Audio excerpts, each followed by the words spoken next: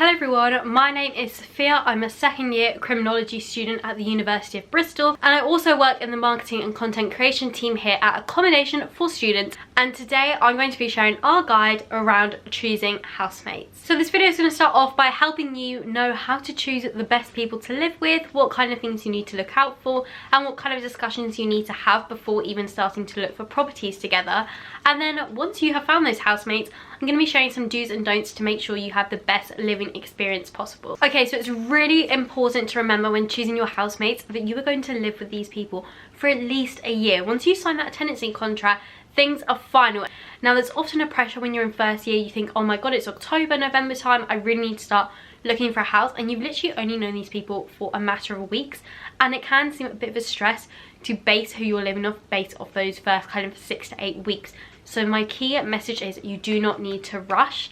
There is plenty of time and there are plenty of people out there, and it's more important to choose the best people and the right people for you than it is to rush into finding a property. So like I said, it is more important about finding those people. Our research has shown that people prefer to prioritize housemates over the house itself, as these are the people you're going to be living with at the end of the day.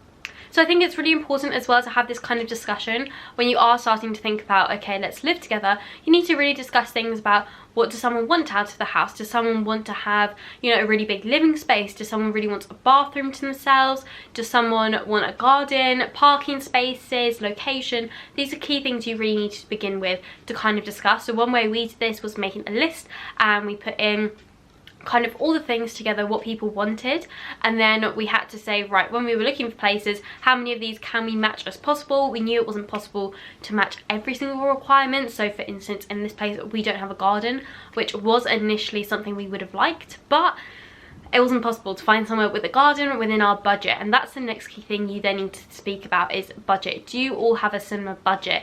Because it's no use being with people who have a budget that's way higher than yours and you know you can't match it. If anything, you want to be with someone who's got the same budget or lower than you. Something else to consider when choosing your housemates is the kind of course you're on. You may be in different years because you may know someone in the year above or below you, but I think it's really nice to have quite a diverse mix of people in the house. So currently in my flat I do criminology, there's a law student, a chemistry student, and a history student, and it's a really nice mix. We all do very different things, and it's quite nice as well because we can kind of discuss what we've been up to. It's quite interesting for us to compare timetables or work, and it's just nice to have that kind of variety in the house. We also have then been able to bring in a load of different groups of friends which we can then introduce to one another. So I think that is something you might want to think about.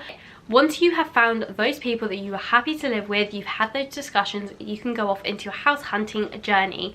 And if you want some more advice on that, you can check out our video on how to find accommodation. I'll leave a link to it down below.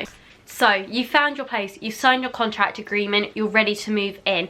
You're moving out, whether that's of halls or whether you're moving out of a different property that you've been living in, and you're moving in with this new group of people. You've got to readjust and readapt. So the first thing I think is really important is respecting other people, respect their space and their belongings. Don't go and take someone's kitchen utensils, don't go and nick their food without asking them first, or if you're going to borrow someone's food, make sure to let them know and replace it. Don't just leave them without it because they've gone and spent money on it.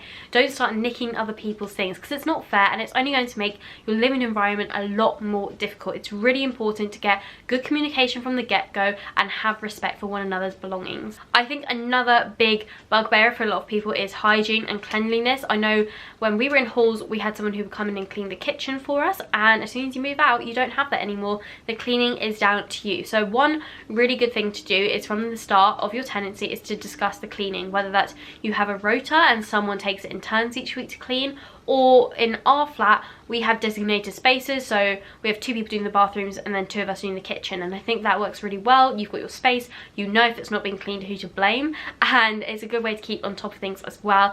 Okay, so then you might get into some disputes or arguments with your housemates, and the way to sort this out is communication. Share your points, but also be considerate and listen to others. You may be disputing over the cleanliness of the house, you may be disputing over something else, the noise that people have made, and it's really important to just communicate that. There's no point in living in an environment that's not comfortable for you to live in, or where repeated patterns of behaviour are going to kind of continue, and you'll know that you're not going to be happy with it. You know, if someone's continuously being noisy, coming in late at night, slamming doors, you're going to get agitated, your sleep's going to be disrupted, which isn't going to help. So you need to communicate with one another. It's really important to just sit down together as a flat, get all the issues out on the table. Like I said, get your points across, but also be respectful and listen to others and resolve any disputes as soon as possible. And my final few pieces of advice are bills. Make sure to split the bills. In this house, we take on a bill each. So I have the Wi-Fi, someone else has the energy, someone has the water, etc.